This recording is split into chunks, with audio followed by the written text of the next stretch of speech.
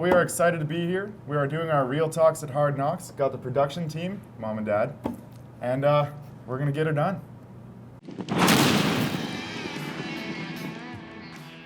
So those Fraser River sturgeon, hey, what a trip that was. Super exciting. I couldn't even believe the fish that we got into, and we went with Fred's Custom Tackle, and Sean was our guide. And what an adventure that was. We'd never been on a river like that and fished like that for those giant fish. Yep, those are next level fish. Like, it's ridiculous the size that some of those things can get to. It's just wild.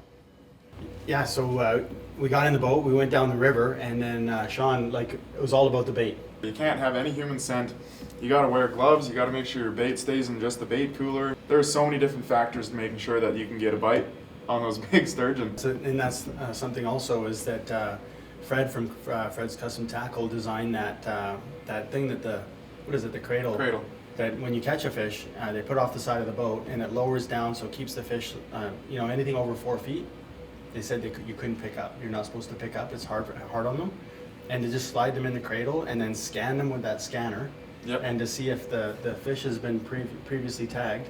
And then document the information, where you caught it, the size of it, the girth, all that kind of stuff, the length and all that. And then they're recording all that. And it was really neat to see that for the conservation of the sturgeon. Going back to the bait, Sean was so particular about that.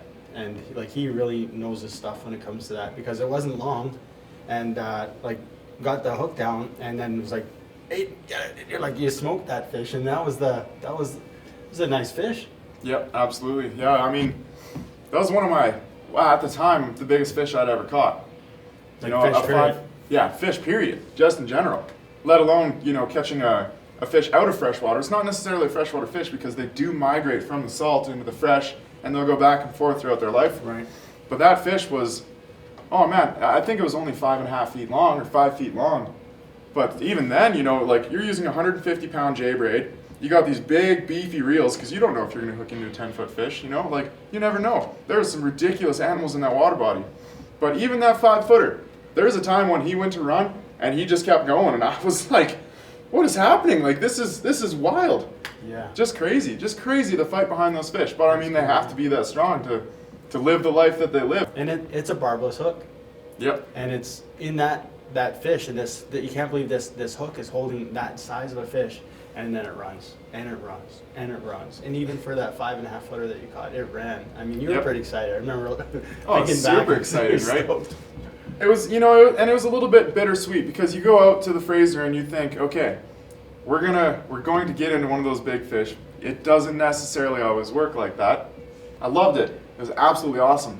Definitely a little bit bittersweet. Definitely needed to get out there and get that bigger fish, for sure. And it didn't take long. It didn't take long, no. It didn't take long. Did not take long. A couple hours later, Yep. Had the baits out there. We had the full salmon head on the one rod. And of course, Sean, he says if a fish bites that salmon head, that's going to be a big one. That's going to be a big fish. And sure enough, we saw that rod, bounce, bounce, bounce, the classic bounce on those bites. And I ran over there and set the hook, and holy cow, what a difference between a 5-foot fish and an estimated 9-foot fish.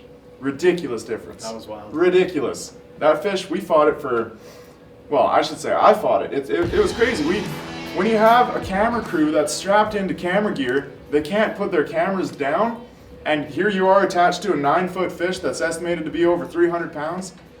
Oh my gosh, man, that is not for one person to reel in. So you were all on your own, and you're yelling to me, "Hey, can you jump in here?" And I'm like, "I've got the sky cam on. I'm all strapped in." I'm like, "No, dude, I'm filming. There's no way I could do it." I can't even pull in a 2-ounce sea cucumber, so I wasn't going to help. You were on your own, and that fish was going. And the funny part is, we're way up the river. Yep. And way off in the distance, you could see 2 boats that were anchored right in the middle of the river. And Sean says, "Those boats are going to be a problem." Yeah. Those boats? Those boats? Oh yeah, they were at least 1 or 2 clicks And he away. said they're going to be a problem with this fish, or how big that fish was, and you were hooked into it, and it was going and going and going, and you couldn't gain on it. And Sean had to reverse the boat and keep on moving, pulled the anchor, all that, and reversed and kept up with that fish, so you could just not get spooled essentially. Yeah, there's multiple times where I was just watching my spool shrink, and shrink, and shrink, and I'm like, we gotta chase this thing, we gotta get on this, and I'm just watching it it's hard to reel in a couple of feet when you're attached to a fish that big, let alone, 400, 500 feet of line. Yeah, That just is wild. That was a ridiculous fight. And then, of course, we're coming down. You see the sturgeon, it was such a battle, such a tough battle. You see the line heading straight for these two boats that are anchored up. And it was just like, oh, come on, like, very low chances that they're going to pull anchor and move Well, I asked for Sean you. that. I said, what's the chance of them just seeing us moving out of the way? And Sean's like, 0. Yeah. Very low chance of that happening. So we made it down there. I felt the line hit the anchor on that guy's boat, and I could feel the fish. He was trying to run, but I could feel my line was just caught up in that anchor. I could feel it rubbing and grinding, and I was like, oh no, it's in it. And you can see the guy pull up his anchor, and when he pulls up his anchor, the fish comes up with it. And he goes, oh, that's a nice one. And then he pops the line off the anchor there, and there I am back attached to the fish. But I think throughout that, whatever happened when we were stuck to the anchor, the hook slipped out of its mouth.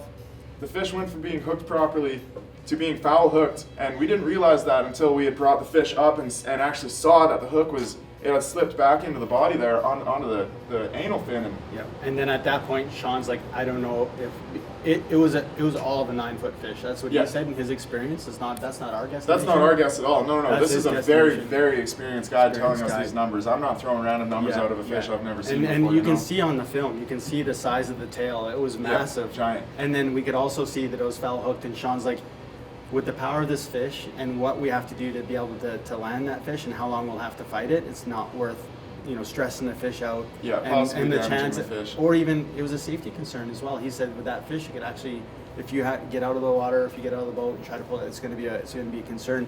He was worried that we wouldn't land that fish. He's like, we might have to cut it. And I was trying to talk him out of it. I'm like, can we try? Can we try to get him in? He's like, well, we can try. And he was being very accommodating, but you can tell he's being He very. did try again. I mean, he tried did, with he Aiden did. pulling. He Yeah. put his gloves on. He pulled the line. Yeah. I mean, you I guys just said did that. everything you could. When you're attached to a fish that's that big and it's not hooked properly, you're not telling it which direction to go. No. There's no turning it. Like, there was nothing we could do. And at the end of the day, when the guide pulls out the scissors and says, hey, I see this fish that you're attached to. I understand that's the biggest fish you've ever seen in your life. We got to cut the line. Holy cow, did my heart drop. Everybody was And so like, did ours. Oh. We're, filming it. It's like we're gonna get that hero shot. You're gonna be on the beach with the biggest fish, like You essentially- a giant fish for the Fraser too, Yeah. right? And But you honestly- essentially fought that fish by yourself for Right. an hour and a half. Like Yeah. nobody helped you, and you couldn't Sean even lift your arms jumped in.